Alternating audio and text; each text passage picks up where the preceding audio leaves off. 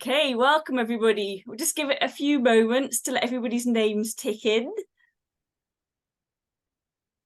Sometimes it takes a while. I can see the numbers ticking up. Welcome everybody. And while you're waiting, just for a little bit of fun, we always normally put kind of where you come from in the world. So that's great to put that. So could you put where you come from in the world?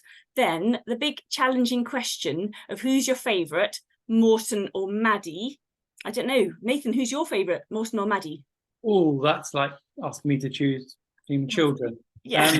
I couldn't possibly do it. They're both lovely and both very different. And so yeah, I couldn't possibly choose. Oh, I can choose. I'm Morton. You're allowed. Morton, yeah. Yeah, Morton.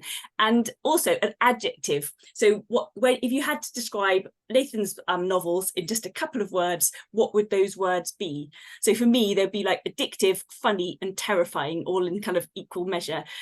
So yeah, let's see what people have to say about this. Oh, Morton's coming in as a favourite. Dun, dun, dun. Yeah, Morton. Oh, yeah. So welcome everybody. I think probably most people have come in. So welcome. This is a really, really exciting day. 10 years since Hiding the Past, Nathan. That's just such a great achievement. And it's a celebration as well, because like we all love genealogy. It's really, really fun, but there's just Nathan's work is unique and it's added such a different facet to family history. And it's just thoroughly enjoyable and a real pleasure reading his work. And I know all of us always hang out with them all the time as soon as the next new book is out, such as one is out today, isn't it? Yeah, The Deserter's Tale. And yeah, and so hopefully we're going to see, we're going to hear from Robert in a moment. Do you think Robert's coming along? He might be coming along. Robert might be coming along, and we're going to be able to ask him what it's like behind the scenes anyway, working on these novels. But for the moment, we're going to stick in and we're going to ask Nathan a question. So and everyone else, if you've got questions, please do put your questions in the Q&A and then we can keep an eye out for them. If you put them in the chat, that's great, but I might miss them. If you put them in the Q&A bit along the bottom, then we'll be sure not to miss them. But what I really want to know is you've just emerged from a novel, from writing a novel, your new one's out, Nathan. So, what's the experience of writing them? Are you a kind of a meticulous planner, or do you just keep grabbing your laptop whenever you get a spare moment? What's it like? I am a meticulous planner, yeah. I think if I get the research stage right, then the writing itself happens really easily and really relatively quickly. So I spend a very long time on the research, and that's also my excuse, at least, to be buried in books and genealogy and all the things that I think might be useful, and going to museums and libraries and all sorts. So so for the next book, Morton 10, I've just been spending a lot of time going to lots of places and reading lots. So yeah, I'm quite meticulous, and then once I've done the research, then I sit down, and generally I'm quite dedicated to just sitting down and getting on with it. Yeah, and then that really comes across in your books, because they come across so authentic. I think most of us would definitely Morton feels like such a real character, and he's so relatable to you because of that, and the detail that you put in about where he's looking, and that's what's nice about it, because you feel almost as though he's a friend. It's like talking to a fellow genealogist, the level of detail that he gives.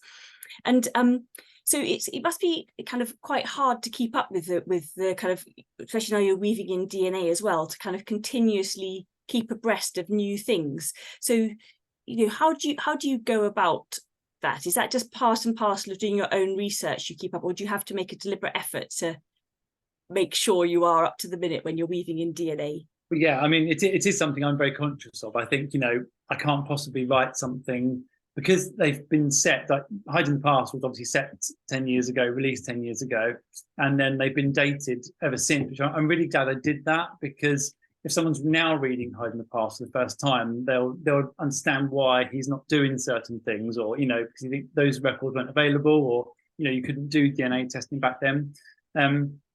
But yeah, I do. So I'm aware that I need to keep up with it. If the book is set in 2022, then that needs to be whatever records and documents were available, DNA. But I just love doing it for my own genealogy, so it's not a problem, and I want to stay on top of it anyway. So writing really is like just a nice hobby for me. I love the genealogy anyway, and so I want to know what latest DNA tools are available and how they work, and and then I do when I'm writing, and I think I need to make sure I've got this completely accurate. So I'll go back into the documents or whatever it is, and then I start to look at my own family tree, and then I get sidetracked and start doing my own research and think, hang on a minute, no, I'm supposed to be doing writing here. Yeah. Backtrack out and leave the family tree behind for a minute and get on with the writing. So yeah, so I do. It's a conscious thing to definitely stay on top of it. It was quite a challenge when I did the first book in the Venator series, because I was thinking, oh my goodness, how is this going to hold up? In that world, is someone who actually practices this investigative genetic genealogy, are they going to read it and go, that's not how it's done? I wouldn't do that, but actually it's been really well received, and it's actually taught on courses now. The Chester Creek Murders is part of a course reading material, so that's really good. That's phenomenal. That's amazing. Yeah. So I'm quite pleased with that. So after adding in all these exciting elements which you're covering in your novels, when you come back to do your own family history, can we have a little kind of nose at your own personal family history? Sort of, how does it compare? Have you ever had any surprises when doing your family history? Does it feel very humdrum after piecing together your novels? What does it feel like? And kind of, give us a flavour of your own personal family history. Yeah, so it's kind of a bit of both, really. So it's very much ag labs from the southeast of England, and there's not an awful lot of I certainly don't have the murder and all the excitement that Morton does. There have been a few surprises in the DNA that have come up that I can't really talk about. And yeah, so there's a variety there. So some of the things are quite mundane and boring, but then there's also some exciting things that I find as I go. I've been doing the Dengate family tree since I was about 12, and I run the one name study, and so that's very, very focused. And then I try to work on my other branches as well and do my brick walls and things. So yeah, there are a few characters. One that went to prison for melting down gold that he found, and I've got my great grandmother came from St Helena, the island there of Africa. So there's a few exciting ones, but lots of boring ones. Yeah, nothing quite as exciting as Morton turns up, unfortunately. Yeah, that's probably a relief. I think in real life that would be just so terrifying. Yes. There's a few questions in the questions and answers, and Jackie Jones says, when is the Deserter's Tale coming out in paperback? While she likes a Kindle, she likes to share your stories with her friends. So are you doing a paperback version? Yeah, so the Kindle version's out today. The audiobook version is in production. And the paperback, but because it's a short story, it can't be published by itself as a paperback. So it will be combined with Morton 10. So there'll be a bit of a wait there, sorry, but it will be definitely available at some point, yeah. That's good, that's good. And Simon says, of all the assistants in the various archives in the books, is there usually a real archive employee that you have in mind?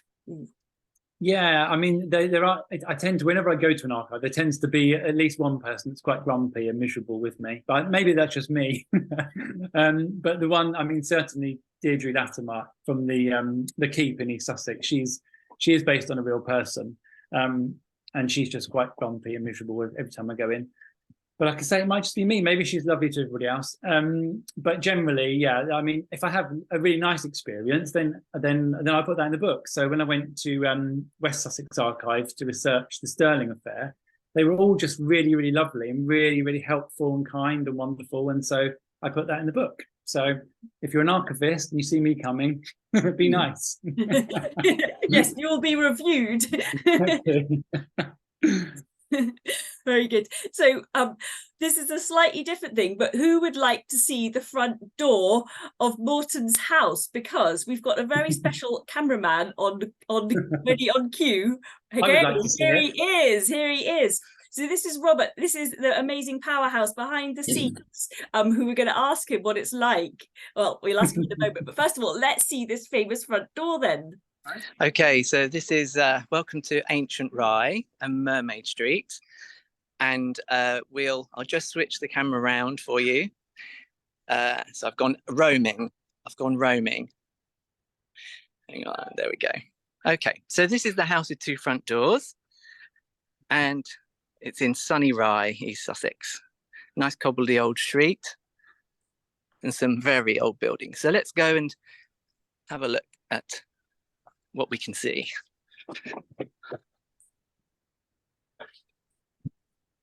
Okay, so we're all set up, Helen, for a big event tomorrow and the next day where we're having open house here in Rye, and you'll be able to meet Nathan, have books signed, and Nathan will be doing some readings in this Morton's Lounge. Yeah, fantastic. Okay, and just moving through where a certain young boy likes to do drumming. There's a little snippet of a future revelation, and into Morton's that's kitchen. actually me. Hi. And I'll go on mute now and join you. Pass over all the food on the table. Here we go. Robert's going to appear on screen in a moment. Robert, you coming round to sit next to Nathan? I am. Excellent, Yeah. excellent. It was a bit clunky. No, great camera work amazing, and great amazing. weather as well. You laid on perfect weather for the photo, didn't you? For the Yes. camera work. Yeah. So Nathan has just finished his latest book, and but I don't know, like most of us could imagine this, when you're really into a project, everything else does fall by the wayside, doesn't it? So what's it like with Nathan? He's just told us that he's very, very organized. He likes to do lots of planning, and it all goes just perfectly. So is that right, Robert? It is true. No, it is true. I have to give him that. He's really on top of his research. We have a really amazing. We really have a busy schedule, and it's really interesting for me as well, because I get to travel to all these really interesting places and discover these things with him and get into those archives. Yeah. And the books are very funny as well. So does Nathan try out the dialogue on you and the jokes and things like that, the quips? Yeah. Well, I'm first reader. Yeah. I'm very privileged in that way. So we do talk about that, and sometimes, you know, I have a suggestion and Nathan will be like, no, that's just too cheesy, or goes too far with the joke. He likes to go so far and then stop, so it remains slightly subtle. Yeah. Whereas I'm a bit more slapstick, aren't I? Yeah. Yes. So while we've got you, Robert, is anybody here in the audience, if you've got a question you want to ask Robert, then please do, because Robert's going to sneak away in a moment, so you don't want to miss the chance of asking Robert a question. But before we do that, then Cherry's got a question here, and she says, do you have a time frame from Morton 10? Is there anything you can tell us about it? It's only us here. Oh, she wants like a sneaky, but it is being recorded and we might want to share it out. So it's okay. I don't have a time frame. I'm terrible. Whenever I say something, a date, you need to add several weeks or months to it. So I'm not going to say when. Next year at some point, hopefully. And it's going to be set in the 1920s, and it's going to be Kent-based, and hop picking is going to be part of it. And that's all I'm going to tell you. And while we were just having a look at Rye just a moment ago, Nathan, why did you choose Rye as the setting? Like, how did you come up on Rye as the kind of... just really because I really love Rye. So it's a good excuse to keep coming here and keep doing, visiting and staying in Morton's house. And yeah, I really love it. And I thought, well, it kind of fits with him as well, because he's obviously very much into history. And I thought, obviously you can find, historic houses in various places, but I thought, this particular road in Rye, it's full of history, and especially this house. So, yeah. And we come from nearby, so it's right about what you know, isn't it? Yeah. So, we're local boys to Rye in East Sussex. Yeah, I'm a bit lazy as well. So if I'd set it in Yorkshire, I'd be like, it's a bit too far away. So, yeah. Yeah. Simon says, where is Morton's wine? Because I think Simon's doing what I do, is he's rolled Nathan Dylan Goodwin and Morton Farrier into one person. Simon, that is exactly what I do. I have to say the fridge is quite well stocked with wine. We've got 6 competition winners coming tonight for a fish and chip supper to have in the house, and so there's lots of wine. Yeah. But I haven't got one on the go. I'm on the water at the moment. So maybe after this I'll have a glass. He says it's water. Yeah. I definitely should have a wine, actually. Yeah. Don't make me a wine. Yeah. You definitely should. I've just started reading the Deserter's Tale. There's funny wine incidents in there already. Yeah. Yeah. So I don't know whether Nathan's been talking about how he's meticulous and things like this.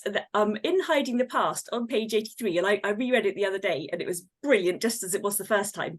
And it says, anyway, Morton's study resembled the major incident room of a police station, which pleased him immensely. And when I read that, I thought, yes, because I bet many of us, we all have that feeling, don't we, of being a detective when we're doing our own family history. So I don't know, do you want to put a comment in the chat? Do you love feeling like a detective? And does anyone here do one of those special, like the crime wall, where you put everything up and that's how you kind of gather together your evidence and your thoughts? If you want to put that in the chat, then please do that. And so Nathan, when you're doing your family history, whether it's your own or whether you're writing novels, do you put together a crime wall like how Morton, I have to get your names right, Nathan Morton, like Morton does?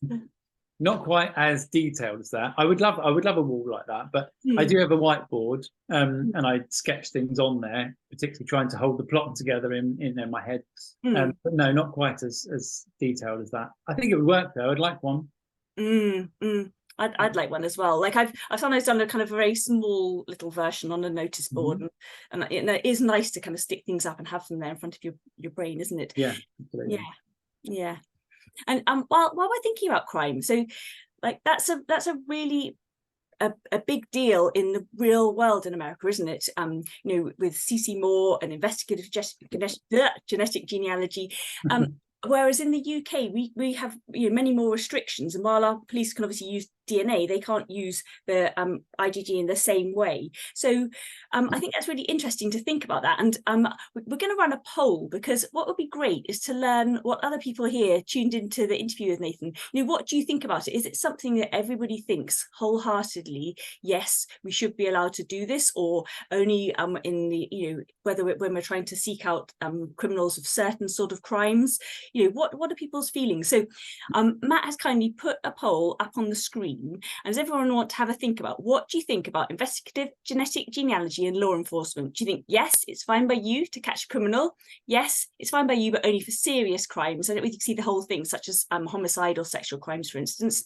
No, you think it's the thin end of a wedge, or no, it goes against the intentions of many people who took a DNA test. Because I think when we all went mad for DNA testing, maybe 5 or 10 years ago, when it really kicked off, the autosomal scene, we didn't necessarily know that by taking a DNA test we could be inferring any criminal ancestors we may have. So what's the vote so far? So far it's in favour. Yeah. I'm not allowed to vote. It says host and panelists can't vote. So yeah. But I would vote. I would vote with yes in the serious category. Yeah, I would vote that as well. Yeah. I'm glad it's not just me that can't say investigative genetic genealogy. I don't think it's meant for a British person to say it. I think the Americans, it flows off the tongue, whereas it catches me out. I just say IgG, but if people don't know what that means, then it just sounds a bit weird. Yeah, and maybe it's something I should have practiced, because you kind of read it, but it's not something I say at all often. Yeah. No. Yeah. So the results of the poll, quite evenly split between the two yeses. So yes, it's fine to catch any sort of criminal, or yes, it's fine for serious crimes. So that's kind of over 80%, 85% of people are in favour of it. And I would really love to compare these results with the general population, because I bet the general population would be a lot lower. I think they'd be maybe a lot more suspicious of DNA. And then there's a small percentage. So yeah, just kind of 15, 16, 17% who are saying erring on the side of caution, think it's the thin end of the wedge and not in the intention, the intentions of the DNA company. So that's really interesting. So what we'll do is we're going to save those results, and then we will we can share them out. You can put them in your e-newsletter, maybe Nathan, or we will. And yeah, it's thought-provoking stuff, isn't it? I've got wine, Simon. Oh, lucky you. So thanks everybody. Thanks for sharing your thoughts on that. So when you're writing your novels, so we've talked about how it's hard sometimes it could be hard to keep up with the latest knowledge, apart from you love doing it, so presumably it's not that hard. But when you're writing your novels, what do you find most challenging to do? I really, as time's gone on, I really come to despise the editing part of it. I really don't enjoy it. I love the research. Like I said, I love the genealogy part of it and going to these places and museums and archives. I love coming up with the ideas. I love reading, and I really love the writing part of it as well. I really just get into it, and it's really not a job for me. It's just wonderful. And then I finish and I go, and then I have to reread it about 20 times, and then I'm like, oh, I'm sick of it now.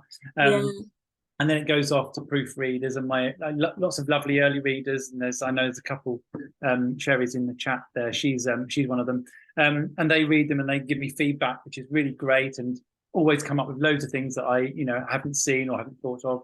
But then I'm reading it again and again and again and again. And so I've come to the point of now I really don't like the editing. I love, like I say, the writing. I get to the end and think, oh no, it's the editing phase. Yeah. But apart from that, it's all wonderful. I guess every job has its size. Yes, yeah. I can't really complain. Yeah. And out of your novels over the years, then do you have one which is really close to your heart, or one you're particularly proud of? And so for a very long time, it was The Spyglass File. It was kind of very loosely based on my grandmother's story, and it was Second World War, which I'm really into as well. And I just really liked that story. But then that's kind of been replaced by The Sterling Affair.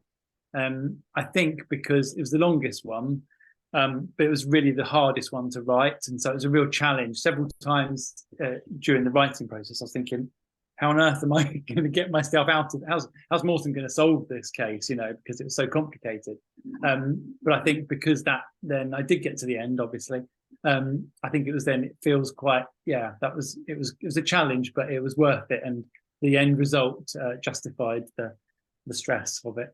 So yeah, Sterling Affair is my current favourite. It's quite amazing what you just said. So you're setting off to write a novel which is a mystery crime, so it needs a solution. Yes.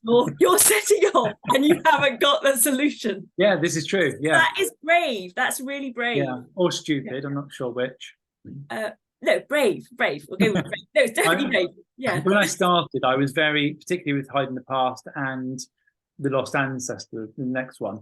I was very meticulous with the planning in terms of I've got to know, map out each chapter and what's going to happen, and that's fine. But then after that, I thought, no, I'm just going to sort of trust myself and trust that the characters will take it where they need to. And I know it makes me sound completely mad, but the characters do come to life, and they do. I feel like they do things that I didn't see coming, like I'll be writing and I'll go, I didn't think of this. They've come up with it themselves.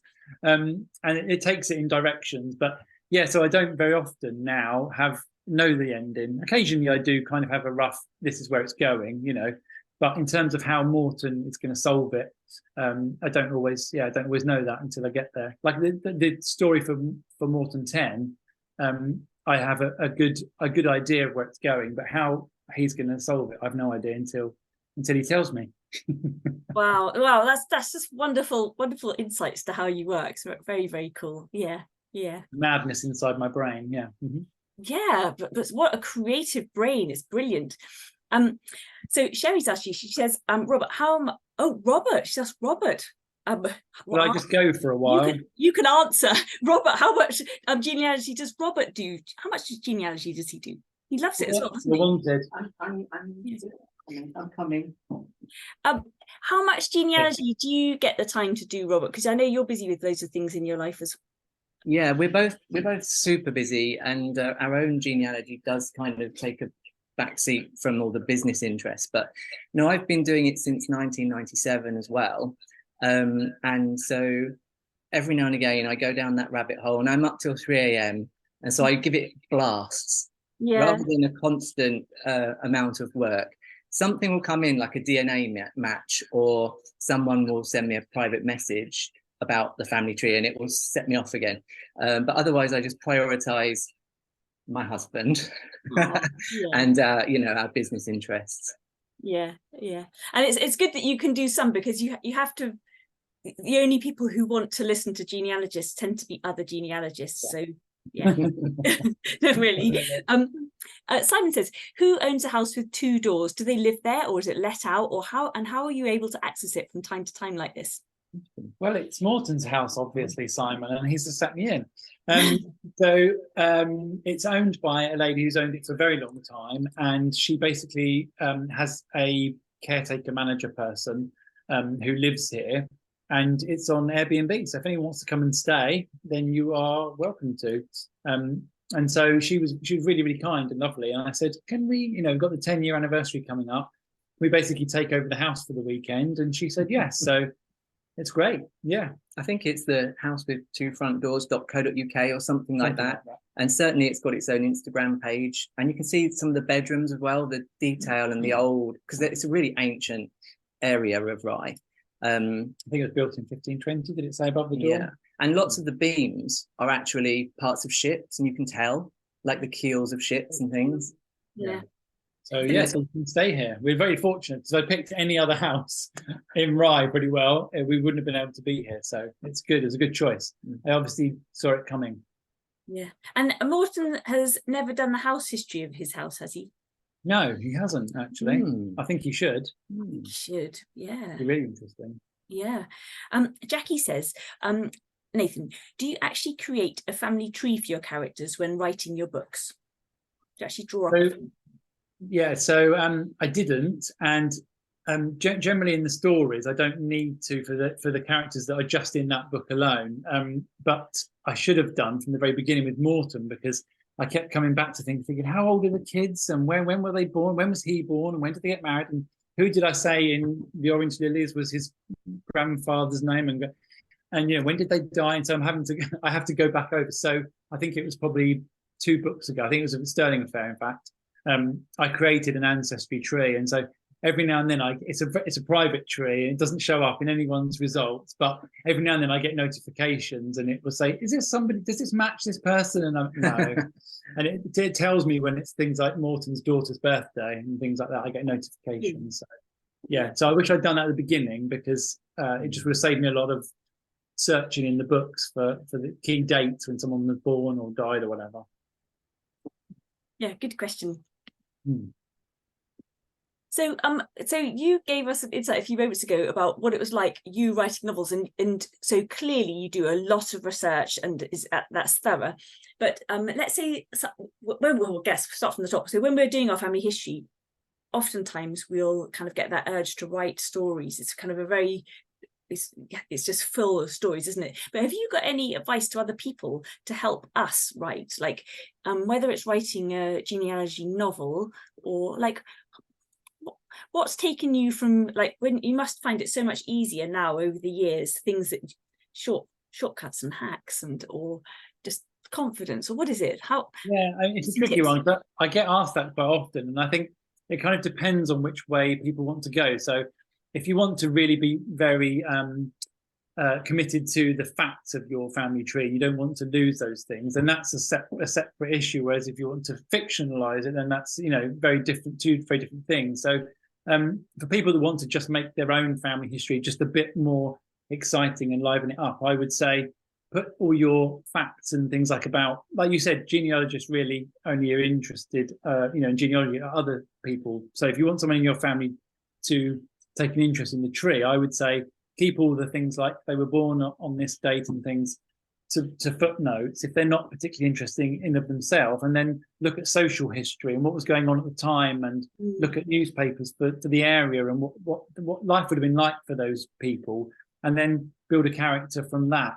Whereas if you want to go down this, the fictional side of things, then again, I would really do lots of detailed research into the time period that they're living in and the social history, and then just I mean, for me, they seem to just come to life. I don't know what happens, but yeah, I mean, you can embellish. It's very difficult because lots of family historians want to keep to the facts. They don't want to imagine. So I've read some novels where someone's picked an ancestor of theirs, and they've got some facts, like they were living here on this census date and they had this many children, but then they've fictionalized parts of it with dialogue and imagination, and that's great. But some people would, I think, shy away from that because it's going down into a fictional route where you don't know what they said or how that that couple met or whatever. So Mm. tricky one. So I think you need to know first of all who your audience is going to be. You know, are you trying to get your family involved, or are you trying to write a novel? Yeah. Yeah, I think you hit the nail on the head. Yeah, it's your audience, and also what Yeah. are you trying to accomplish? Are you trying to accomplish a family history or a novel, and maybe get that really, really clear in your head, so you don't. Because they are two very different approaches to writing, and you can't really. I don't know. I don't think it would apply necessarily. The things I do, I don't think it would apply if you just wanted to make your family history interesting to other people. I don't think what I do would apply. Mm. Mm. Okay, so if anybody else has any other questions, then do put them in the chat for Nathan. And I'm just going to finish off by saying one more time that if you do want to buy Nathan's latest book, then do. It's out now. It's only £3.49, which is fantastic. And you can read it on Kindle. And right from the get-go, it's funny. I don't know how many pages I'm into, but I've been laughing already. And I haven't got terrorized yet. I'm still in the calm zone. Yeah. Yeah, I'm not feeling nervous yet. And we're actually going to be catching up again with Nathan in November. I hope you remember that, Nathan, that we've got our DNA club. Yes. Yes. We're going to be remembered. And we're going to be speaking to Nathan about what it's like behind the scenes and the fellow experts that he speaks to in the kind of the police world, and to get all of that knowledge and those first-hand accounts of which helped to make all these novels just so realistic and thrilling to read. So if you want to find out about the DNA Club, then you just probably the best way is to sign up to the Family Tree e-newsletter, which is family-tree.co.uk/account/register, and then we'll obviously be telling people about that. And we have actually got a prize today. So what I need to do now is I need to choose a winner. But first of all, I'm going to tell you what the prize is. And the prize is a 1-year complimentary membership to Family Tree Plus, and that's normally worth £99. So that's a lovely membership to get, and you can join the online clubs. And one of those club meetings will be the meeting with Nathan, which is fantastic news. And so I'll just choose a winner. And Nathan, I don't know whether you were going to do any prizes or? Yes. So shall I choose my winner and then? Excellent. The hardback version, 10-year anniversary. If you can pick a couple of people, I will send a signed copy to them. Okay, so 2 people, 2 lucky winners. Yeah. 2 lucky winners. Yes. Excellent. Okay. So we're going to choose the winners now. So the winner of the Family Tree Plus is Joyce Shaw. And what the winners need to do, if they can email me at helen.t@family-tree.co.uk, and then I will be able to get your prize over to you. And then the 2 winners of the copies, the hardback copies of Hiding the Past, signed hardback copies, are Rosemary Russell and Emma Cox. So if you guys, if you can all email me, and I'll just say my email address one more time in case you need it. So it's helen.t@family-tree.co.uk. Then we'll get these prizes out. Okay, that's cool, isn't it? Right. Oh, just quickly check in the Q&A if there are any more questions. Apologies if I've missed anybody's questions. This is a good question. So Simon, when you first wrote your first book, did you know, I mean, obviously you'd written some non-fiction, non-novels, non-fiction. Yeah. Yes, my brain's gone, apologies. Non-novels. Oh, which ones? You'd written some of those before you started out on being a novelist. So, but that's, I would imagine I'm speaking completely out of turn because I haven't written any books, but I would imagine as a non-fiction writer, you feel you could continue doing that, whereas writing a novel, as you've demonstrated, there's such a creative spark and a lot is happening in your imagination and it's kind of out of your control, as you said. So did you have that kind of confidence? Could you see yourself 10 years ago, could you see yourself now having repeated, just written more and more good books? No, not in the slightest. No, so I started, as you said, with non-novels and the local history books, and I really enjoyed writing them. But I felt like I wanted to. Obviously, there was no room in those books for fiction. It was very much, they were about Hastings in the Second World War and things like that. And I thought, I'd quite like to take some of these ideas and maybe put them into a book, and and have a go basically at fiction writing. and didn't have a clue how to do it. So I did a creative writing course, and that was where Morton came from. But I had literally no idea. I mean, in the first draft, I had him killed off at the end, because I just thought it's very much a one-off thing. Was going nowhere. And I really remember somebody on the course, one of the other students, saying, don't kill him off in case there's scope here for more than one book. And so I thought, yeah, okay, I'll keep him alive. Goodness. And so some people, when they read the first one, they say they don't really get Morton's relationship with Juliet, and I think it's because I didn't really invest in them as a couple that were going to continue. Like it was going to be a one-off story.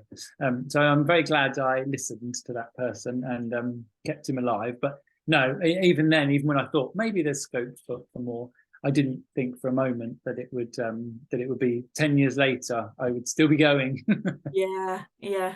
Well, we all get so much enjoyment for it. Nan has a question, and she isn't alone in this. She says, when is the next Vanessa novel coming out? She's having withdrawals.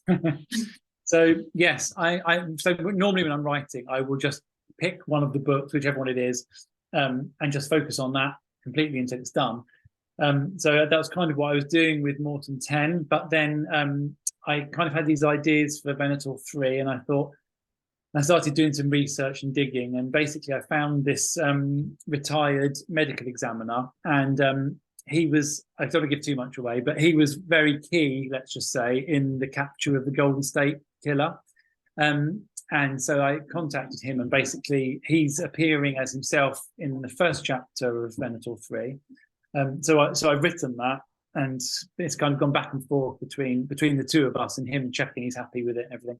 And then and I've moved on from that to a detective who's a cold case detective in Los Angeles, and I'm kind of working with her a bit as well on the next chapters. So at the moment I'm kind of split between doing Morton 10 research, which I'm very nearly finished, and doing some writing for Venator 3. So I don't know how that's going to play out, whether I would do kind of 3 days on one and two. I don't really know. So that's a very long-winded way of saying probably be next year as well. Can I get 2 books out in a year? Ooh, sure. Yeah. It might be tight, but I'm working on them both. So yeah. So in the next year or two, we don't want to. Yeah, because like I said, I'm terrible at dates. So yeah, within the next 20 years, I will definitely have them both out. Yeah. There's some great questions here. So Rebecca says, it was in the chat, and apologies for missing it. It was about making the book into a movie. So if your Morton series were movies or a televised series, who would play Morton? Do you have somebody in mind who you'd love to play Morton? Yeah, I mean, I regularly get people saying this should be like a Netflix series or something, for both series. And I used to think years ago, I can't remember his name now. Oh, Jonathan Ovenden. He played Foyle's son in Foyle's War. Is that his name? Yeah.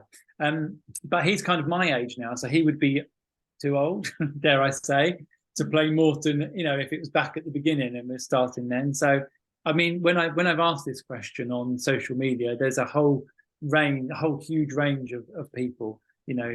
So. Yeah, I mean, maybe that's a question to put in the chat to see who people think. Yeah, if anybody has, if you have ideas, put it in there. Julian Ovenden, yeah, is that it? Is that who I said? What did I say? I think that's what you said. Yes. Yeah, I think it's him. Yeah. Rosemary says she's currently reading The Sterling Affair. Were you already interested in the spy world, or was that kind of fresh research to you? Interested, but I didn't really know an awful lot. So it was The Sterling Affair, yeah, it's kind of set 50s and 60s, Cold War kind of era. I didn't know too much, to be honest. And the idea for that book came actually the National Archives. I get their regular emails, to say what new records they've got and whatnot. And they just declassified some records from that period.